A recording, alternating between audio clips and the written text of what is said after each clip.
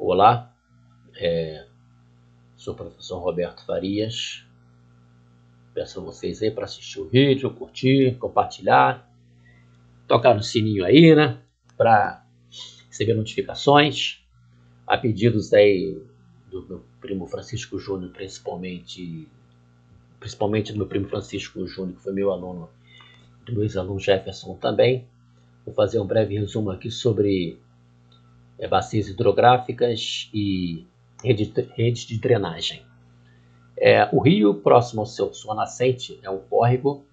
Então, no seu alto curso, nós vamos chamar essa área de amontante. Tem seu percurso, médio curso, e a do baixo curso nós chamamos de jusante.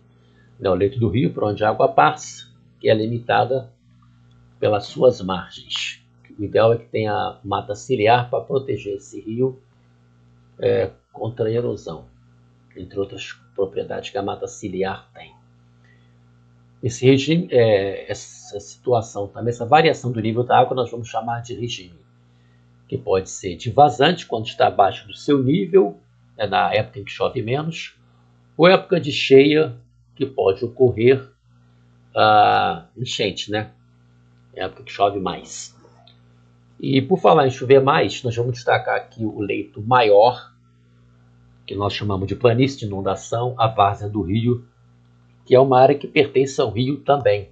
Nós não podemos fazer construções na planície de inundação. No próprio nome diz, essa área pertence ao rio também, e de acordo com o Código Florestal, Lei 12.651, em área urbana, que é o nosso caso, não pode haver construções no rio em que a sua largura seja até 10 metros, não pode haver construções 30 metros de cada margem. Não pode haver construção nenhuma.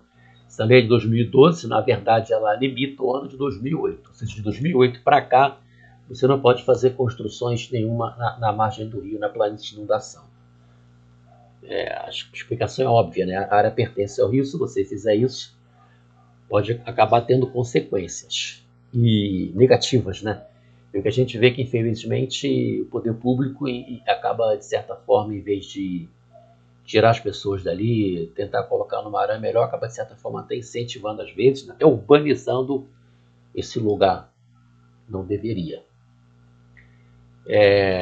Vou trazer para vocês aqui uma bacia hidrográfica para ficar melhor o entendimento.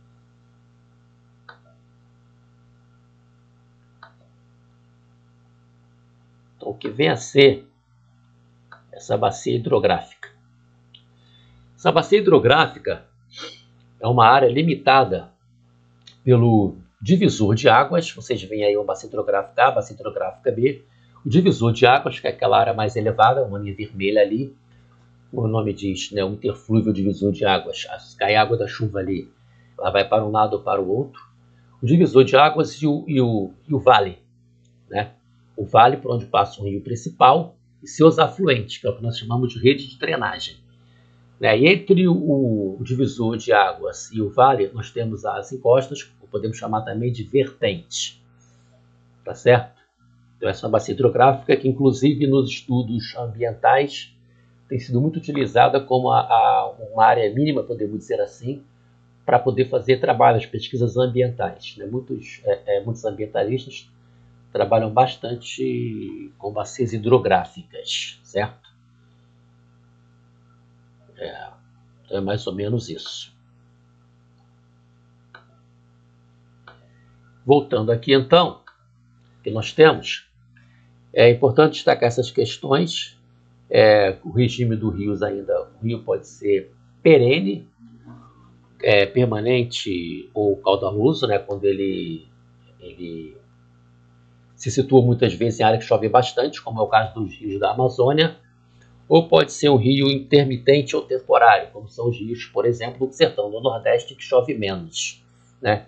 E devemos destacar ainda a relação entre os elementos, não só da natureza, mas os elementos humanos ou culturais também nessa bacia hidrográfica. Porque caso aconteça uma mudança em alguns desses elementos, pode acarretar mudanças no sistema como um todo. Por exemplo, se você tiver desmatamento numa vertente, se você tiver urbanização em área indevida e vertente de costa, não parece de inundação, tem uma vertente, né, na encosta muito íngreme, ou área urbanizada, na planície de inundação, o que nós vamos ter? Vamos ter erosão, desmoronamento, enchentes, inundação, e com a erosão aumentando cada vez mais, nós podemos ter assoreamento no fundo dos rios, né, quando os sedimentos vão se depositar, ficar no fundo dos rios, esse nível da água pode subir, né? Então devemos destacar essa questão aí que os estudos, o planejamento, as medidas, né, tem que ser muito bem planejados para evitar esses problemas aí. Devemos destacar ainda a importância de uma bacia hidrográfica, né, desses rios. O Rio de Planalto, por exemplo, pode ser muito importante para a geração de energia elétrica, que deve ser feito também estudo de impactos ambientais de acordo com as leis mais modernas do Brasil. Não pode construir usina de qualquer jeito, em qualquer lugar. E o rio de planície é importante para a navegação, né? Podemos destacar ainda outros usos, né? O consumo. Voltando àquela questão anterior, falei para a inundação, estou com um projeto para fazer pesquisa junto à minha escola mais recente, escola que eu estou trabalhando, em Santa Cruz, para fazer um trabalho com os meus alunos sobre o Rio Guandu, próximo à foz do Rio Guandu, no baixo curso dele, para mostrar para os meus alunos, fazer uma pesquisa ali, já que é uma área de proteção permanente, APP, a planície de inundação, não deve haver construções nenhuma ali. Pretendo fazer trabalho de campo com os meus alunos, mapeamento também e demonstrar isso, né? Por isso, essa questão do consumo de água aí, o Rio Guandu é o rio que fornece água para o consumo na região metropolitana do Rio de Janeiro. É mais ou menos isso. Lembrar também que o rio pode ser, de acordo com a foz dele, né? Pode ser isorreico se ele vai desaguar no oceano, pode ser endorreico se ele vai desaguar no interior do continente mesmo, no lago, por exemplo. Tá? Então é mais ou menos isso. Espero que fiquem satisfeitos. Um breve resumo aí sobre bacias hidrográficas, com uma figura que eu mostrei. E rede de drenagem é aquele rio principal na figura, né? E os seus afluentes, os rios menores que vão desembocar no rio principal, tá? Então é mais ou menos por aí. Forte abraço. Isso era para ser feito agora no verão, né? Mas tivemos um fim de semana aí muito chuvoso, né? Problemático aí, domingo de Páscoa hoje, 9 de abril.